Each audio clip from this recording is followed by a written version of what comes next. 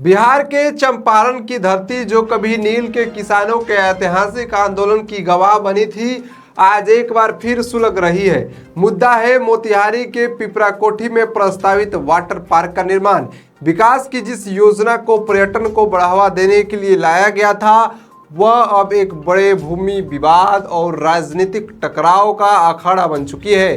17.5 एकड़ जमीन को लेकर सरकार और किसानों के बीच सीधा गतिरोध जो है वो पैदा हुआ है, जिसमें अब लाठियां, ट्रैक्टर और एफआईआर की एंट्री हो चुकी है। आखिर क्या है पूरा विवाद, आइए समझते हैं। उससे पहले मेरा नाम साहेब गुप्ता है और आप लाइव एक्सपोज देख रहे हैं। सबसे पहले बात करते हैं कि आखिर मोतिहारी में अचानक ये बवाल क्यों शुरू हुआ। दरअसल पूर्वी चंपारण के पिपराकोठी थाना क्षेत्र के जीवधारा और वाटगंज में नेशनल हाईवे के किनारे जो है जिला प्रशासन एक वाटर पार्क का निर्माण करवा रहा है, लेकिन स्थानीय किसानों का दावा है कि ये करोड़ों की जमीन उनकी पुश्तैनी है। विवाद ने जब हिंसक रूप ले लिया, जब राजद के जो है सांसद और किसान प्रकोष्ठ के प्रदेश अध्यक्ष सुधाकर सिंह वहां पहुंचे। उन्होंने निर्माण स्थल पर खुद ट्रैक्टर चलाकर जमीन की जुताई कर दी। आरोप है कि इस दौरान निर्माण एजेंसी के मजदूरों से मारपीट की गई, काम रुकवाया गया और मशीनें जो है पलटी गई। नतीजतन सांसद सुधाकर सिंह समेत 57 लोगों पर हत्या के प्रयास, दंगा फैलाने और सरकारी काम में बाधा डालने की संगीन धाराओं में एफआईआर जो है वो दर्ज कर ली गई है। अब सवाल उठता है कि प्रशासन का इस पर क्या कहना है। जिला प्रशासन का रुख इस मामले में बेहद सख्त और स्पष्ट है। उनका दावा है कि जिस जमीन पर वाटर पार्क बन रहा है वो पूरी तरीके से माली गैर मजरूआ यानी सरकारी भूमि है। प्रशासन ने साफ कर दिया है कि अंचलाधिकारी की अनुशंसा पर 27 मई 2026 को एडीएम कोर्ट ने इस जमीन की 8 जमाबंदियों को कानूनी रूप से रद्द कर दिया है।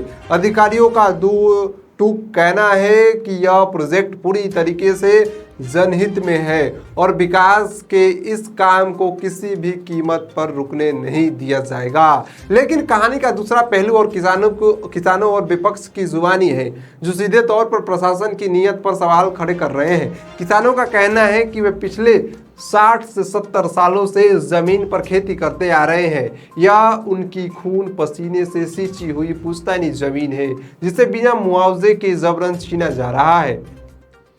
वहीं सांसद सुधाकर सिंह ने इसे प्रशासन की तानाशाही करार दिया है। उनका सीधा आरोप है कि एडीएम और अंचलाधिकारी ने भ्रष्टाचार के तहत 20 दिन के अंदर आनन फानन में डीपीआर तैयार की, ताकि 800 करोड़ रुपए की बेशकीमती जमीन है उसको हड़पा जा सके। सुधाकर सिंह ने यहां तक चेतावनी दे दी है कि चंपारण से एक बार फिर बड़ा किसान आंदोलन खड़ा किया जाएगा। अब आपके मन में सवाल जरूर आ रहा होगा कि जब किसानों के पास जमीन के कागजात है तो ये विवाद कैसा। दरअसल इस पूरे विवाद की जड़ भूमि रिकॉर्ड की एक तकनीकी पेचीदगी में उलझी है। गैर मजरूआ मालिक का पेच, यानी किसानों के पास 65 साल पुरानी जमाबंदी और खतियान है। उनका तर्क है कि आज़ादी के समय तत्कालीन जमींदारों ने खेती के लिए जमीन उनके पूर्वजों को बंदोबस्त कर दी थी और सरकार इसकी रसीदें भी जो है वो काटती आ रही है। विवाद तब गहराया जब मार्च 2026 में अंचलाधिकारी ने इस पूरे जो है बिहार सरकार की संपत्ति बताते हुए पुरानी जमाबंदी को गलत तरीके से कायम बताकर ही रद्द कर दिया।